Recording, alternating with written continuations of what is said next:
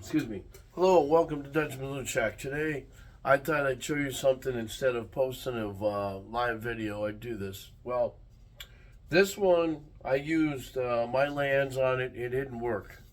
It got kind of funky. I think the stuff is probably old, so I'm going to toss it. But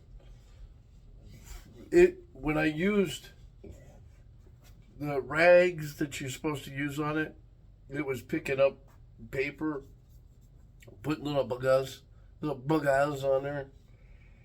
And so I decided now take it all off. A little bit more work, but not bad. And I ended up using was 100 grit, back up to 1,000 again. But what I like about it the second time around is it smoothed out even better. Okay, so this time, and it filled in a lot of the indentations in here when I got to because it was pretty punky. So now what I'm going to do, I'll show you something. I got to stand here. Two things of word of caution for you guys. One is don't use blue paper on it if you're using anything to wipe it off with a rag. If you can use cloth rags, that's great. I don't have a tendency to keep cloth rags around here because they're a fire hazard. So one word I can tell you is get a can like this and a fire extinguisher. Okay, that should be mandatory in every shop, in my opinion. Okay, because I'm an ex-fireman and I've been there, done that. So, okay, so now what I want to do, that's one word of caution. Okay, the second word of caution is, or the third was, don't use blue paper on it as a rag. Use white. Okay, so now I use this stuff is not really good for your hands. So I like to use rubber gloves. Sometimes these gloves they suck because it seems like I always get the wrong size or something. There are large too.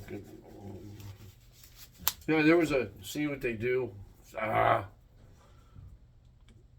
There's a comedian out there who does this thing with Howie Mandel.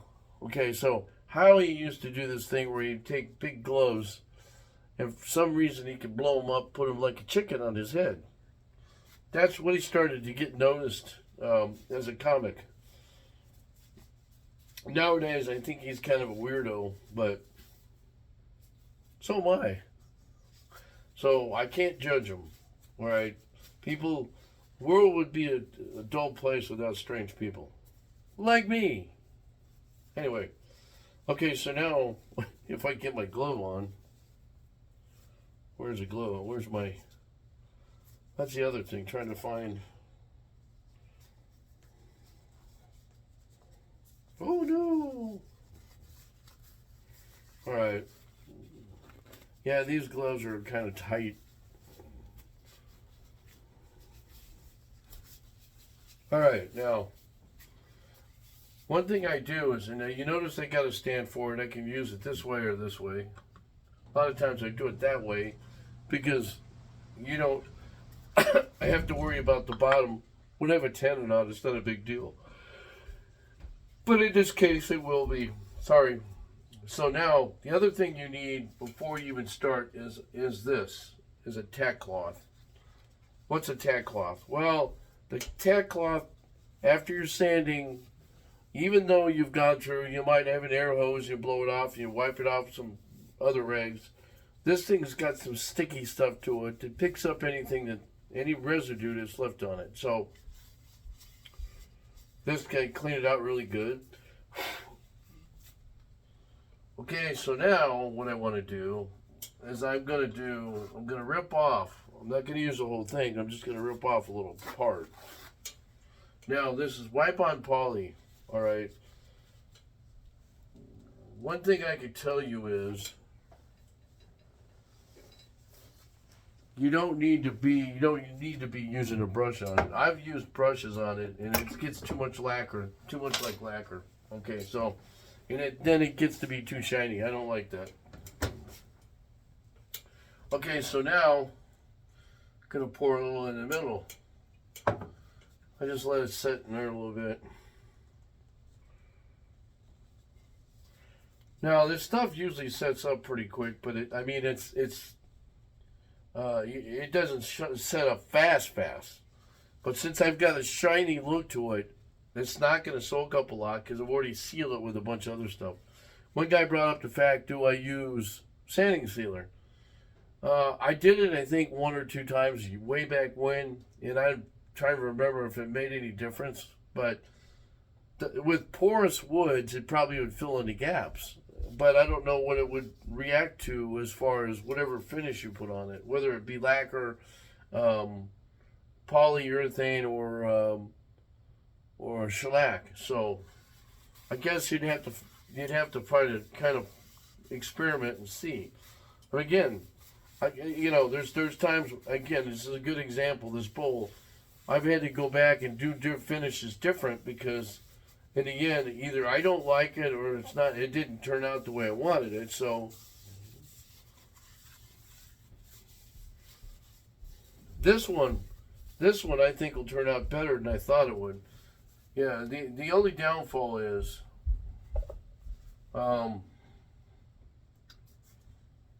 you spend a little bit more time going back over some of your stuff. Now, y'all know I like to be creative, right? And a lot of times I get wood. I go out there and I like to sandwich pieces of wood together. Sometimes that's not exactly the best. A lot of guys won't do segmenting because it takes too long.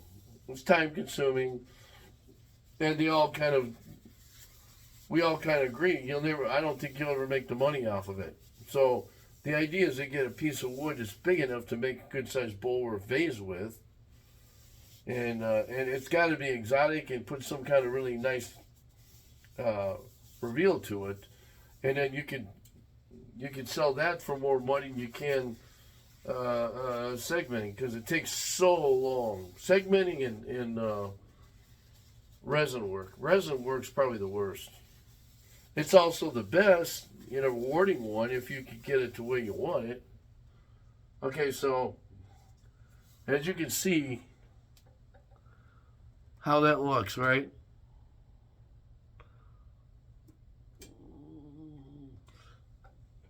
That's exactly the way I want it. That's, again,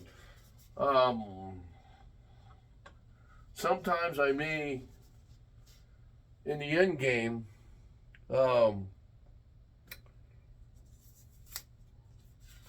get too impatient. My problem is sometimes I get too impatient, but that, in this case, I think it's going to turn out great.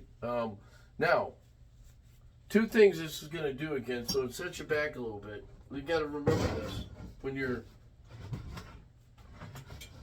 doing this kind of stuff. One, and now you got to let it set. Okay, so I do have a kiln over here, so I can stick it in there and let it dry out a little bit faster.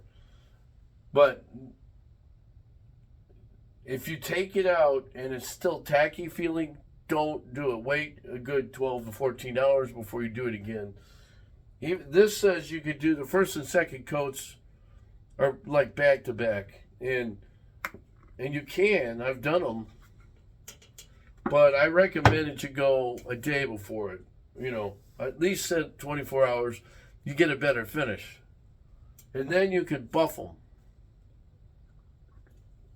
That's crazy, right? And I thought so too, but I got buffing compound inside the storage unit, and I've done it on some. It actually works out pretty good. You get a good buffer, put it on. I've got my radial arm, plus I've got my drill press. Works out great. Anyway, that's my 20 cents from the Dutchman Wood Shack. Again, my favorite phrase is, if you're not making sawdust, you're not making anything. So get creative and do something. God bless.